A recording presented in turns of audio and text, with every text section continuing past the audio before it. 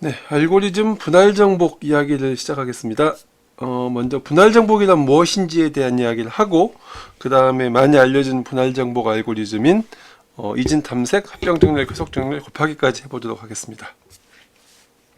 자, 분할 정복의 기본 시작은 여기서부터 시작합니다. 자, 여러분들이 100명하고 싸워야 되는데, 네, 100명하고 싸워야 됩니다.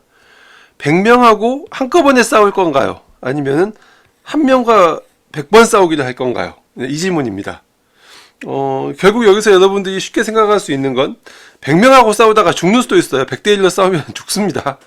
당할 수가 없어요. 근데 한 명하고 100번 싸우는 건 뭐 잘하면 이길 수도 있겠죠. 네, 이게 분할 정복의 기본적인 아이디어입니다. 뭐 정확히 일치하는 건 아니지만 어쨌거나. 네. 자, 그래서 우리가 분할 정복을 어떻게 정의할 수 있냐면 문제를 재기적으로 분할하여 해를 구하고 그 해를 결합해서 원래의 문제의 답을 구하는 이런 이제 방법으로 우리가 분할 정복을 이해할 수 있습니다. 그래서 자, 여기 주어진 문제가 있어요. 그러면 분할 정복에서는 이 문제를 쪼갭니다. 네, 디바이드 한다고 하죠. 그래서 주어진 문제를 작은 문제, 이거 서브 프로블럼이라고 부른다면은 뭐 셋, 서브셋 이런 개념을 생각하시면 되겠습니다. 나누는 겁니다. 자, 100명하고 싸우기 힘드니까 50명으로 나눴다면 이게 100명인데 50명으로 나눴어요. 여전히 50명도 부담 가는 숫자죠. 그러면 어떻게 해요? 또 나눕니다. 언제까지? 더 이상 분할하지 않아도 풀 수 있을 때까지 문제를 줄이는 거죠. 그래서 이렇게 줄이다 보면 네, 이제 한 명이 됐어요. 한 명은 뭐 더 쪼갤 수 없죠. 그러니까 여기서는 여러분들이 이때는 문제를 풀어야 됩니다. 자, 우리가 이 문제를 푸는 기본 전략이 뭐예요? 디바이드예요. 이게 기본 전략입니다. 영어로 하자면은 generate case죠. 자, 그런데 이 문제들은 어떤가요? 더 이상 쪼개지 않고 문제를 푸는 겁니다. 그러니까 약간 우리가 생각하기에는 이건 약간 예외적인 경우라고 할 수 있죠. 그래서 이런 문제들을 우리가 디제너리 케이스라고 합니다. 우리말로는 예외입니다. 그렇죠? 그래서 더 이상 분할하지 않아도 풀 수 있는 크기의 문제는 상대방이 한 명이 됐으면 근데 그때는 잡아야죠. 그래서 이 문제를 잡습니다. 이걸 우리가 컨커라고 합니다. 그러니까 이 문제의 해를 구하는 건데 더 이상 분할하지 않고 바로 문제의 해를 구하는 겁니다. 네. 그 다음에 이제 이게 우리가 답을 구한 솔루션이에요. 근데 문제는 우리는 이 문제의 해를 원하는데 우리는 이 문제의 해를 구해야 되는데 이 작은 문제의 해를 구한 겁니다. 이건 우리가 원하는 문제의 해가 아니죠. 그래서 우리가 구한 디제너리 케이스의 해로부터 솔루션으로부터 주어진 문제의 해를 복구하는 겁니다. 어떻게 해서? 컴바인해서. 그래서 이 해 두 개를 합치면 얘가 나오는데 이 해는 이 문제에 대한 해입니다. 그리고 이 두 문제의 해로부터 얘가 나왔는데 얘는 이 문제의 해가 되는 겁니다. 그렇죠. 그래서 하위 서브 프로블럼의 솔루션으로부터 상위 서브 프로블럼의 솔루션을 복구하는 겁니다. 언제까지? 네, 또 복구하고 또 복구해서 이제 우리가 구한 해가 원래 주어진 문제의 해가 될 때까지 복구를 하는 거죠. 네, 이런 과정을 반복하는 것을 우리가 디바이드 앤 컨커라고 합니다. 이건 그냥 우리가 간단하게 그림으로 그려본 건데요. 이 과정을 좀 더 구체적으로 설명하자면 이렇습니다. 주어진 문제는 FN입니다. 이 문제를 푸는데 걸리는 시간이 FN이라고 생각을 해보죠. 그러면 이 문제를 쪼갤 건데 B분의 N개의 크기로 쪼갤 겁니다. 몇 개? A개. 그래서 B분의 N개짜리를 A개 풀어야 된다라고 하는 겁니다. 네. 그 다음에 이걸 쪼개는데 걸리는 시간, 분할에 걸리는 시간과 결합에 걸리는 시간을 고려해 줘야겠죠. 실은 그래서 주어진 디바이드 앤 컨커 문제가 이런 식으로 표현된다 라고 할 수도 있고 주어진 디바이드 앤 컨커 문제의 풀이 과정에 걸리는 시간이 이렇게 표현된다 라고 할 수 있는데 어쨌거나 디바이드 앤 컨커 문제는 이와 같은 식으로 표현이 됩니다. 네, 어디서 많이 보던 식이죠. 네, F의 N을 풀기 위해서 F의 b분의 n을 썼어요. 이런 걸 우리가 점화식이라고 부르고 리커런스 릴레이션이라고 부릅니다. 그래서 디바이드 앤 컨커의 문제는 점화식으로 표현됩니다. 네. 여기서 우리가 분할이라고 하는 것은 n개의 크기를 가진 집합을 b분의 n개의 크기를 가진 a개의 부분 집합, 서브셋으로 나누는 겁니다. 이렇게 분할 연산을 하는데 걸리는 시간은 우리가 g의 n이 걸린다고 생각을 해보죠. 언제까지 쪼개느냐? 더 이상 분할하지 않고 풀 수 있는 크기의 집합을 만날 때까지. 더 이상 분할하지 않고 풀 수 있는 크기의 집합이라고 길게 썼지만 영어로는 디제너리 케이스, 예외적인 경우라고 합니다. 네, 이 분할 과정을 재기적으로 수행합니다. 한번 우리가 이런 예를 한번 보죠. 이와 같은 5부터 8까지 있는 5, 1, 4, 7, 2, 6, 9, 8이라고 하는 집합의 맥스를 구하세요 라고 하는 문제를 풀어보죠. 네, 이건 뭐 그냥 풀어도 되지만 분할 정복으로 풀어봅시다. 원소의 수가 몇 개예요? n개죠. 어떻게 쪼갤까요? 쉽게 쪼개는 방법은 반으로 쪼개는 겁니다. 그래서 앞의 절반은 또 다른 앞의 절반에 대한 맥스를 부르고 뒤의 절반은 또 뒤의 절반에 대한 맥스를 부르는 거예요. 그래서 주어진 n개의 집합이 2분의 n개의 집합으로 쪼개졌는데 이걸 몇 개 푼다? 2개 푼다. 그래서 네, 우리가 아까 앞에서 f의 n은 a 곱하기 f의 b분의 n 이렇게 얘기했었죠. 그래서 이게 b가 되고 이게 a가 됩니다. 그래서 이렇게 되는 거죠. 네, 쪼개는데 걸리는 시간은 네, 중간값만 찾으면 되니까 2분의 n개 계산하는데 시간 많이 안 걸리잖아요. g의 n은 b고의 1 이렇게 얘기할 수 있는 겁니다. 이렇게 이제 우리가 쪼갰어요. 5, 1, 4, 7. 이것도 맞네요. 그죠? 또 쪼갭시다. 5, 1과 4, 7. 또 너무 집합이 많죠. 또 쪼갭시다. 그래서 5와 1까지 쪼갰습니다. 이렇게 쪼개다 보면 결국은 이렇게 또 쪼개고 또 쪼개면 결국 원소 하나만 남게 되는데 이러면 더 이상 쪼갤 필요가 없죠. 원소가 5 하나만 있는 집합의 최대값은 5 자기 자신이죠. 네, 이런 경우를 이제 우리가 디제너리 케이스라고 부른다고 했죠. 네. 그럼 정복은 이제 더 이상 분할할 필요가 없는 크기의 집합에 대해서만 정복을 수행합니다. 더 이상 분할할 크기가 없는 크기의 집합을 우리가 뭐라고 부른다? 디제너레이트 케이스라고 부른다. 네, 이건 여러분들이 반드시 외우셔야 됩니다. 네. 이때 문제의 답을 바로 구하는데 이때 비고의 1이죠. 5의 최대값은 무엇인가요? 5입니다. 1의 최대값은 무엇인가요? 1입니다. 그죠? 7의 최대값은 무엇인가요? 7입니다. 이건 솔직히 물어보는 게 좀 실례죠. 9의 최대값은 무엇인가요? 9입니다. 이렇게 구하는 겁니다.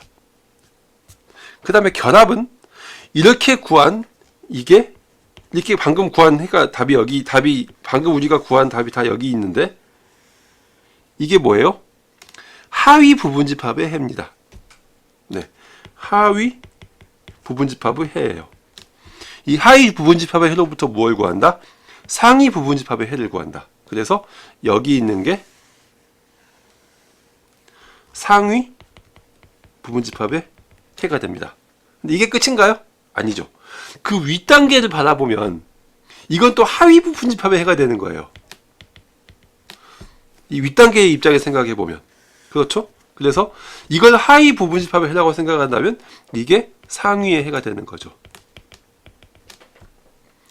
또 그 윗단계를 바라보면 얘는 또 하위 해인 거예요. 너무해요. 결국 우리는 최상단에 있는 이걸 구할 때까지 결합을 반복한다는 겁니다. 네, 이 결합하는 연산 몇 번 걸려요? 1번, 2번, 3번, 4번, 5번, 6번, 7번. 7번이 걸리는데 이걸 우리가 n-1번이라고 부릅니다. 이게 우리가 HN이라고 부르는 녀석이죠. 네. 이 과정을 이 그림을 통해서 보시면 좀 더 쉽게 이해할 수 있습니다. 5부터 8까지의 최대값을 구하시오. 쪼개고 또 쪼개고 또 쪼갭니다. 언제까지? 더 이상 쪼갤 필요가 없을 때까지, 즉 디제너리 케이스를 만날 때까지, 그때 해를 구한 다음에, 이게 그때 구한 해죠, 하위 해죠, 걔들을 결합하고 또 결합을 통해서 최종적인 원래 주어진 문제의 해를 찾자라고 하는 과정이 분할 정복, 디바이드 앤 컨커의 과정입니다. 네, 이런 분할 정복 알고리즘을 더미 디바이드 앤 컨커라고 부르는데, 원래 디바이드 앤 컨커는 디바이드 앤 컨커를 쓰지 않았을 때보다 성능이 더 향상되어야 합니다. 근데 이건 성능이 향상되지 않아요. 그래서 이걸 더미라고 부르는데, 그 이유가 뭐냐면 성능의 향상은 없지만 대신 디바이드 앤 컨커 과정을 더 잘 이해할 수 있도록 도와주는 예제이기 때문입니다. 방금 얘기한 이걸 한번 우리가 코드로 작성해 볼까요? 우리가 분할 정복 코드를 작성한다면은 디바이드, 컨커, 컴바인 3단계가 들어가야겠죠? 그래서 실제로 이런 식으로 작성을 합니다. 네, 우리가 전달받는 게 이걸 전달받았죠? 5부터 8까지의 배열을, 그게 ARR이라고 하는 배열입니다. 개수로 전달받아야겠죠? 그 다음에 이 우리가 받은 배열을 이렇게 반으로 쪼갰어요. 이렇게 반으로 쪼갰습니다. 그죠? 그리고 나서 각각에 대해서 또 이 함수를, 맥스 함수를 불렀죠. 즉 디바이드 앤 컨커를 불렀죠. 그래서 여기까지의 과정이, 미안합니다, 이게 find max라고 해야겠죠. 얘도 find max라고 해야 될 겁니다. 과정이 디바이드 과정입니다. 이렇게 디바이드 하다 보면 언젠가는 배열의 크기가 한 개인 배열을 만나게 되는데, 즉 n이 1인 걸 만나게 되는데, 이때가 디제너리 케이스. 그리고 이때는 답을 바로 구한다고 했죠. 그래서 이 과정이 컨커 과정이 됩니다. 그렇게 해서 전달받은 Lmax와 Rmax에 대해서 최대값을 구하는 과정, 이 과정이 컴바인 과정이 됩니다. 그래서 우리가 보고 있는 이 디바이드 앤 컨커의 다이어그램은 이 오른쪽에 있는 것과 같은 코드로 우리가 표현할 수 있습니다. 여기서 우리가 이 디바이드 앤 컨커를 효율적으로 구현하는 방법은 이 앞에처럼 ARR이라는 배열을 보내는 게 아니라 그냥 인덱스만 보내는 거예요. 그래서 주어진 배열은 이제 밖에 있고 전역 변수를 가지고 있고, 우리는 어디서부터 어디까지 디바이드 앤 컨커를 해주세요 라고 하는 인덱스만 전달받는 겁니다. 그러면 실제로 인덱스만 이렇게 나누면 되니까 디바이드 과정이 훨씬 단순해집니다. 그래서 여기서부터 여기까지가 디바이드, 그리고 이 과정이 컨커, 그리고 마지막으로 이 과정이 컴바인, 이렇게 생각을 해주시면 되겠습니다.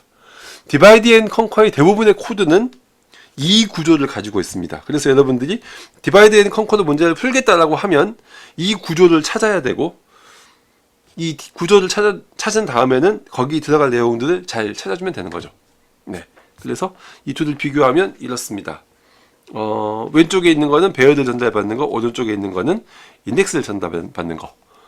비슷하죠? 그리고 실제로 이 코드도 이 과정이 이렇게 단순해집니다. 네. 오케이. 자, 그러면 우리가 한번 이 디바이드 앤 컨커 알고리즘을 한번 유도를 한번 해보죠. 디바이드 앤 컨커 알고리즘은 기존 알고리즘으로 해결할 수 있는 문제에 적용되어서 더 좋은 효율을 얻을 수 있습니다. 예를 들어서 선형 탐색 알고리즘, 앞에서부터 하나씩 찾아나가니까 비고에 n이 걸리죠. 하지만 이진 탐색을 쓰면 비고에 로그 n의 문제를 풀 수 있습니다.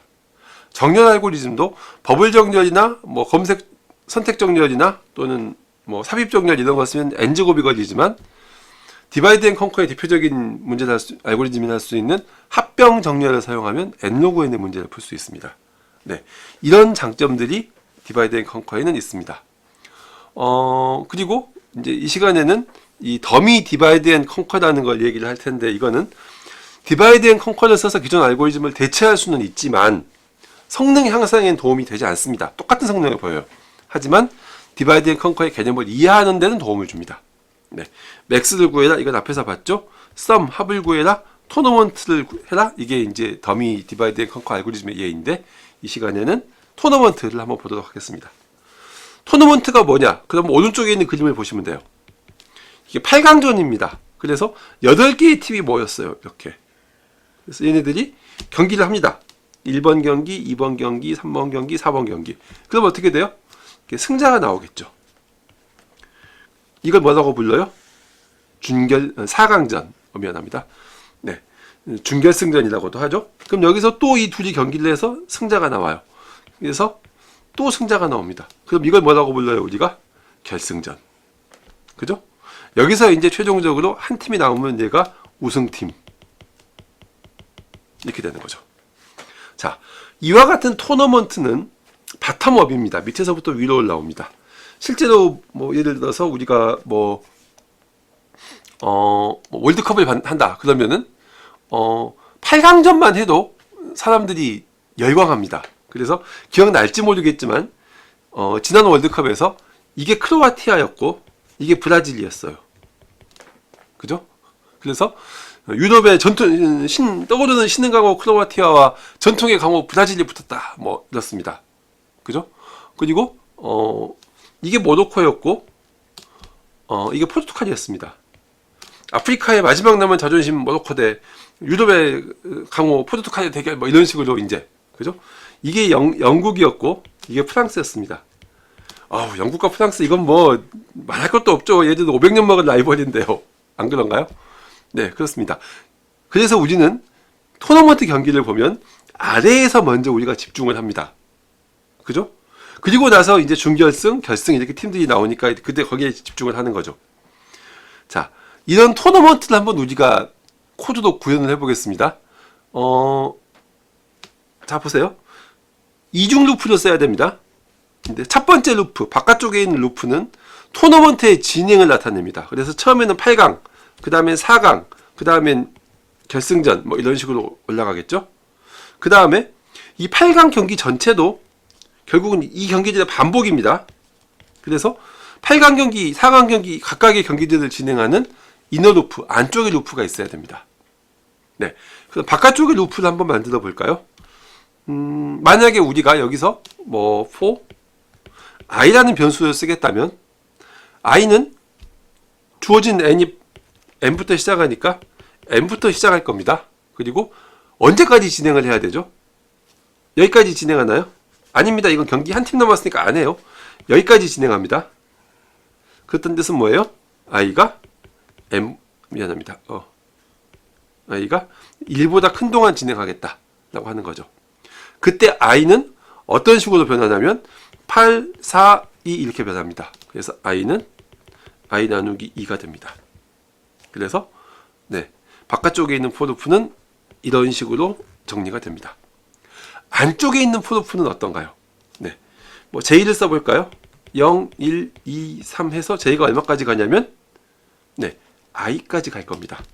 우리가 이걸 i로 이 경기수를 아까 우리가 i로 표시하기로 했죠. 이 아우터 루프에서. 그러면 누구랑 누구가 붙냐면 J하고 J 플러스 1이 붙습니다. 그죠? 그런데 J는 두 칸씩 건너갑니다. 그래서 안쪽에 있는 포르프는 J는 0에서부터 시작해서 J가 i보다 작은 동안 진행을 하겠지만 J는 2씩 증가한다. 이렇게 써주면 되는 거죠. 그래서 이 과정을 우리가 코드로 쓰라고 하면 이렇게 쓸 수 있습니다. 바깥쪽에 있는 포르프 i는 n에서부터 1보다 큰 동안 2분의 1씩 줄어들면서 안쪽에 있는 포르프 j는 0에서부터 i보다 작은 동안 j는 2씩 증가하면서 그래서 j번째 팀과 j 플러스 1번째 팀 중에서 위너를 찾아서 2분의 j에 저장해라. 그러면은 이 둘 사이의 위너가 여기 저장될 것이고 이 둘 사이의 위너가 여기 저장될 것이고 이 둘 사이의 위너가 여기 저장되고 이 둘 사이의 위너가 여기 저장되겠죠. 그럼 얘들이 그대로 올라갑니다. 그 윗단계로. 그래서 또 이 둘 사이의 위너가 여기 저장되고 둘 사이의 위너가 여기 저장될 겁니다. 또 그대로 올라가겠죠. 그래서 둘 사이의 위너가 여기 저장되는데 이게 올라가면 얘가 뭐예요? 네, 팀스 제로입니다. 그래서 걔를 리셋하면 된다라고 하는 거죠. 뭐 깔끔합니다. 그죠? 이 과정을 한번 우리가 디바이드 앤 컨커의 관점에서 생각해 봅시다. 우리에게 주어진 문제가 뭐예요? 우리에게 주어진 문제는 8팀 중에서 우승팀을 찾아라는 거예요. 자, 8팀 문제가 너무 많죠. 네, 문제가 너무 많습니다. 문제가 너무 커요. 여러분도 능력을 할 수 없어요. 그럼 어떻게 해요? 쪼개는 겁니다. 네, 그래서 8팀을 쪼개면 어떻게 돼요? 4팀이 됩니다. 할 수 있겠어요? 네, 쉽지 않죠? 네, 또 쪼갭시다. 그러면은 이제 2팀이 되는 겁니다. 물론 여기서 한 번 더 쪼개는 것도 맞겠지만 그래도 여기서는 일단 너무 많이 쪼개면 좀 곤란하니까 2팀 중에서 우리가 우승팀을 뽑았으면 그 중에서 그 둘이 붙여서 이기는 팀을 찾아야죠. 그 팀은 뭐예요? 위에 있는 문제의 답입니다. 그죠? 이 두 문제의 답을 합치면 위에 있는 문제의 답이 나옵니다. 2팀 중에서 이기는 팀을 뽑으면 그때는 4팀 중에서 이기는 팀이 되는 거죠. 그 다음 뭐예요? 얘네 둘이도 붙입니다. 이 중에서 또 이기는 팀을 뽑으면 그 팀은 여기서의 우승자가 됩니다. 그죠? 이 과정을 우리가 코드로 작성하면 이렇습니다. 8팀에 대해서 토너먼트를 진행하겠어요. 그러면 우리가 반으로 쪼갠다고 했죠? 앞에 4팀에 대한 우승자를 뽑아주세요. 뒤에 4팀에 대한 우승자를 뽑아주세요. 그래서 그들을 레프트 위너, 라이트 위너라고 하면 그들에 대한 우승팀을 리턴하겠어요. 그런 뜻입니다. 토너먼트 4 아직 우리가 모르죠. 또 구현하면 되죠. 토너먼트 4는 어떻게 구현해요? 반으로 쪼개서. 그죠? 그래서 앞에 2팀에 대한 우승팀을 알려주세요. 뒤에 2팀에 대한 우승팀을 알려주세요. 그 중에 이긴 팀을 리턴할 거예요. 이렇게 되는 거죠. 자, 토너먼트 2 아직 모르죠? 그러면 토너먼트 2는 이렇게 하면 됩니다. 또 쪼개요. 이 팀에 대한 우승팀, 이 팀에 대한 우승팀을 알려주세요. 이렇게 하면 되는 거죠. 근데 이렇게 할 필요가 없죠. 왜 그렇죠? 얘들은 한 팀이니까 한 팀이면 한 팀 자체가 우승팀이에요. 이런 거 우리가 뭐라고 한다? 디자이너리 케이스라고 한다. 근데 이건 너무 코드가 너무 지저분하죠. 토너먼트 8, 토너먼트 4, 토너먼트 2 이게 뭡니까? 그래서 우리는 깔끔하게 이렇게 할 겁니다. 팀은 일단 밖에다가 전역 변수로 뺐어요. 그 다음에 토너먼트라는 함수를 만들었는데 S부터 2까지 처음에는 0부터 7까지 처음부터까지 해야겠죠. 그래서 앞에 절반에 대한 우승팀, 뒤에 절반에 대한 우승팀을 주세요 라고 한 다음에 그 우승팀들을 받아서 우승팀을 결정할 겁니다. 빼먹은 거 있죠. 뭘 빼먹었죠 여러분? 여기서 빼먹은 걸 찾으시면 여러분들이 디바이드 앤 컨커를 완전히 이해한 겁니다. 디자이너리 케이스를 빼먹었죠. 디자이너리 케이스는 어떤 경우예요? 팀이 한 팀인 경우죠. 근데 뭐예요? S와 E가 같은 경우입니다. 그래서 S와 E가 같은 경우에는 그 자신을 그냥 우승팀이라고 보내주면 됩니다. 그래서 이 코드를 여러분들이 분석을 해보자면 S와 E가 같다면 네, 이게 디자이너리 케이스인데 이게 컨커하는 경우고 쪼개서 풀어주세요. 네, 이게 디바이드 하는 경우고 그 중에 우승팀을 리턴해 주세요. 이게 컴바인 하는 경우가 되겠습니다. 근데 실은 여기서 이제 왜 토너먼트가 더미 디바이드 앤 컨커냐라고 약간 질문을 한다면 이중 포문으로 만들어진 토너먼트 알고리즘의 시간 복잡도를 생각해 보시고 분할 정복으로 만들어진 토너먼트 알고리즘의 시간 복잡도를 생각해 보시면 둘 다 똑같이 B고의 N으로 같습니다. 네. 그래서 이건 더미라고 우리가 얘기를 하는 겁니다. 자, 이와 같은 디바이드 앤 컨커 알고리즘의 구조를 생각해 보면은 처음에 우리가 분할 디바이드 해야 되죠. 어떻게 나눌 것인가? 즉 B를 결정하라는 겁니다. 반으로 쪼갤 거냐? 3분의 1로 쪼갤 거냐? 뭐 몇 분의 1로 쪼갤 거냐? 이걸 결정하라는 거죠. 여기서 B가 2인 경우가 대부분입니다. 그래서 이진 탐색, 바이너리 서치도 B가 2인 경우죠. 또 뭐가 있나요? 네, 합병 정렬 또 B가 2인 경우고 네, 쾌속 정렬 또 B가 2인 경우입니다. 그렇지 않은 경우도 있나요? 있습니다. 예를 들어서 그 행렬곱 같은 경우는 네, 미안합니다. 네, B가 8입니다. 주어진 배열을 이렇게 미안합니다. 8 맞죠? 뒤에서 한번 확인해 봅시다. 이건 약간 의문. 어쨌거나 2가 아닌 경우입니다. 몇 개로 나눌 것인가? 네, 대부분의 경우는 A하고 B가 같은 경우가 많습니다. 이렇게 2개로 쪼갰으면 각각을 풀어야 되는 거죠. 그렇습니다. 근데 행렬 곱이라든지 또는 정수의 곱, 이 문제에서는 문제를 4개로 쪼갰는데 그 중에 3개만 풉니다. 하나 안 풀어요.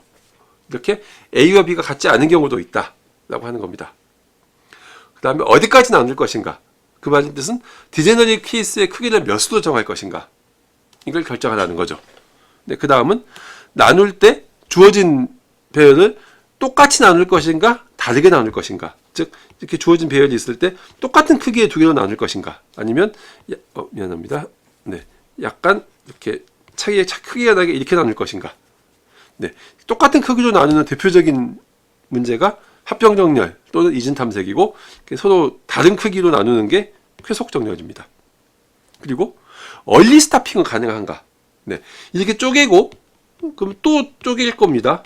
그런데 어떤 경우에는 이렇게 쪼개서 가다가 끝까지 디제너리 케이스를 만날 때까지 가야지만 끝나는 경우가 있고, 어떤 경우는 중간에 가다가 그냥 먼저 끝나버릴 수가 있어요. 그러니까 우리가 얼리 스타핑이라고 합니다. 디바이드 앤 컨커를 끝까지 진행하지 않고도 답을 구하는 거죠. 그래서 합병정렬 이런 경우는 얼리 스타핑이 안 됩니다. 끝까지 가야 됩니다. 근데 이진탐색 이런 문제는 얼리 스타핑이 됩니다. 문제를 풀어나가는 도중을 끝낼 수 있어요. 네, 이런 차이가 있습니다. 정복은 디제너리 케이스를 정복하는 겁니다. 정복도 정복이 아니에요. 이건 분할하지 않아도 문제를 풀 수 있을 정도의 작은 크기의 문제니까 이건 뭐 너무 쉽죠. 결합은 결합이 필요한 알고리즘이 있고 필요하지 않은 알고리즘이 있습니다. 그래서 맨 처음에 우리가 결합이 필요한지부터 우리가 판단을 내려야 됩니다. 결합이 필요하지 않은 알고리즘은 이진탐색이나 또는 쾌속정렬 같은 알고리즘이 그렇습니다. 얘들은 컴바인이 없이 그냥 디바이드 해서 칸칸만 하면 끝나요. 근데 결합이 필요하다면 이 결합은 간단한가? 어려운가?를 고민을 해봐야 됩니다. 앞에서 봤던 파인드맥스 같은 경우는 결합이 간단한 경우죠. 네, 그냥 두 수의 크기만 비교하면 되니까요. 근데 결합이 복잡한 경우는 센트로이드가 필요한지에 대한 고려를 해야 됩니다. 이 센트로이드가 뭐냐면 주어진 문제가 있어서 이렇게 쪼개서 2개를 풀었어요. 그런데 이 분할이 되는 미안합니다. 네, 이 주변에 대해서도 답을 구해야 됩니다. 이건 우리가 센트로이드라고 합니다. 트리에서 센트로이드 구하는 문제에서 많이 나왔는데 어쨌거나 이걸 해야 되는지를 물어본 문제가 있습니다. 결합이 간단하진 않지만 센트로이드가 필요 없는 대표적인 문제가 머지소트입니다. 합병정렬입니다. 그런데 센트로이드가 필요한 문제는 가장 가까운 점의 쌍을 구하라든지 히스토그램의 면적을 구하라든지 또는 트리의 센트로이드를 구하라든지 이런 문제는 센트로이드 계산이 필요한데 이게 가장 디바이드 앤 컨커에서 어렵고 시간을 많이 잡아먹는 문제입니다. 네, 이런 디바이드 앤 컨커 알고리즘의 구조는 이렇습니다. 디제너리 케이스를 만나면 컨커를 하면 되고요. 그 다음에 디바이드하고 컴바인하는 이런 과정을 거칩니다.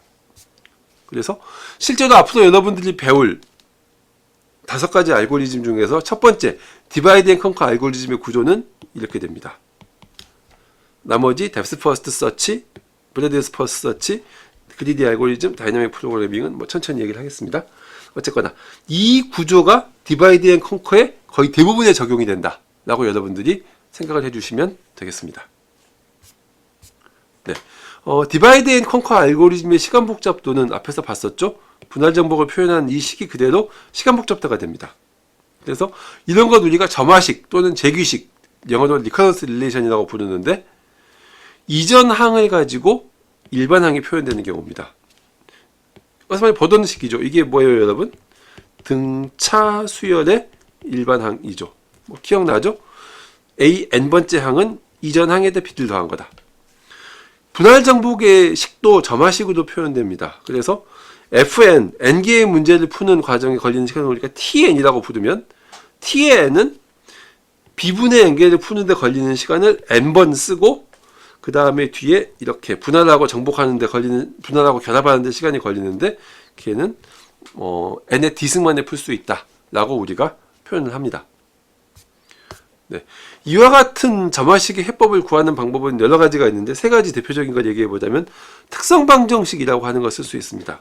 이건 t의 n을 x의 n승으로 치환해서 x의 해를 구하고 그걸 이용해서 t의 n을 구하는 방식입니다. 두 번째는 텔레스코핑 또는 리피티드 서브스티튜션이라는 방법이 있는데 이거는 t의 n 자리에 t의 n-1, t의 n-2 또는 t의 2분의 n 이런 값들을 쭉 집어넣어서 식을 전개한 다음에 양쪽 변을 소거하는 방식입니다. 그리고 이제 편하게 자주 쓸 수 있는 방법이 이 마스터 시어렘, 마스터 정리라고 하는 게 있습니다. 그래서 이 시간에는 마스터 정리 얘기를 하겠습니다. 마스터 시어렘은 이렇게 주어진 점화식에서 A, B와 D의 관계를 보는 겁니다. 그래서 만약에 그 D가 로그 B의 A보다 더 크다. 즉, 이 분할하고 결합하는 데 걸리는 시간이 더 든다면 시간 복잡도는 n의 d승이 되고 만약에 로그 B의 A와 D가 같다면 그때는 n의 d승의 로그 n이 됩니다. 그리고 마지막으로 로그 B의 A가 더 크다면 그때는 n의 로그 B의 A승이 됩니다. 네, 이런 관계를 가지고 있습니다. 머지소트의 예를 볼까요? 머지소트는 주어진 집합 문제가 n개짜리 문제가 2분의 n개짜리 두 개로 나누어집니다. 그리고 머지하는데 비고에 n이 들죠. 이 점화식을 보면 A가 2입니다. 그리고 B도 2고 그다음에 D가 1승이니까 D가 1입니다. 그래서 로그 B의 A는 로그 2의 1이니까 1인데 D와 같습니다. 즉, 이 가운데 경우와 같은 거죠. 그때 시간 복잡도는 n의 1승 곱하기 로그 n, 그래서 n 로그 n이 된다 라고 우리가 풀 수 있습니다. 이와 같은 디바이드 앤 컨커 알고리즘은 굉장히 많은 분야에서 사용이 됩니다. 뭐 서치, 소트, 곱하기, 그 다음에 뭐 정수론, 계산기학, 뭐 다이나믹 프로그래밍, 풀이의 변환, 자료구조 등등에 사용이 되는데 대충 보겠습니다. 네. 서치에서 사용되는 건 뭐 바이너리 서치, 그죠? 그리고 k번째 숫자를 알려주세요. 이걸 또 다른 문제는 미디엄 오브 미디언이라고 합니다. 이럴 때 사용이 됩니다. 그리고 소팅에서는 합병정렬, 쾌속정렬, 뭐 이건 뭐 말할 것도 없죠. 그리고 인티저 곱, 이건 카라바주라는 사람이 만들었고, 행렬 곱, 이건 스트라센이라는 사람이 만들었습니다. 그리고 폴리노미얼의 곱도 카라바주가 약간 이걸 변형해서 만들었는데, 네, 그렇습니다. 넘버 시어리에서는 뭐 n승 구하기, k의 n승 구하기 이런 겁니다. 네, 이렇게 k를 n번 곱하는 것보다 2분의 n씩 곱해가면 훨씬 더 빠르다. 뭐 이런 얘기를 합니다. 피보나치 수열도 이렇게 구할 수가 있죠. 계산기하학은 굉장히 많은 문제를 풀 수 있습니다. 가장 가까운 점의 쌍 구하기, 컨벡설 구하기, 라인 세그먼트들 사이의 교차점 구하기 뭐 이런 것들. 뭐 대표적인 예를 하나 보자면 가장 가까운 점의 쌍 구하기는 이렇게 주어진 n개의 점이 있을 때 쌍쌍이 거리를 계산할 때 가장 가까운 거리의 쌍은 무엇이냐라고 하는 겁니다.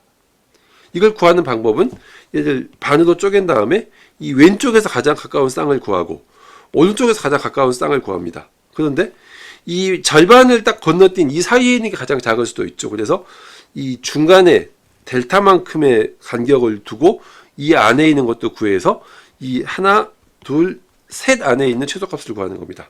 이렇게 디바이드를 한 그 기준 주변의 값을 구하는 거 우리가 센트로이드라고 얘기를 했죠. 이 문제는 센트로이드 문제입니다. 동적 프로그래밍의 많은 문제들도 이렇게 디바이드 앤 컨커하고 이렇게 연결될 수가 있고요. 그 다음에 자료 구조에서도 뭐 올페어 쇼티스트 패스 문제라든지 또는 뭐 트리에서 센트로이드, 바이너리 서치 트리, 뭐 밸런스드 바이너리 서치 트리 이런 것들이 다 디바이드 앤 컨커의 개념이 적용이 됩니다. 뭐 프리에 트랜스폼, 뭐 패스트 프리에 트랜스폼 이런 거 말할 것도 없죠. 뭐 그 외에도 뭐 인버전을 구한다든지 타일링 문제라든지 뭐 이런 문제들에 다 분할정보 알고리즘이 적용이 됩니다. 네. 지금까지 우리가 분할정보기란 무엇인지에 대한 얘기를 간단하게 했고요.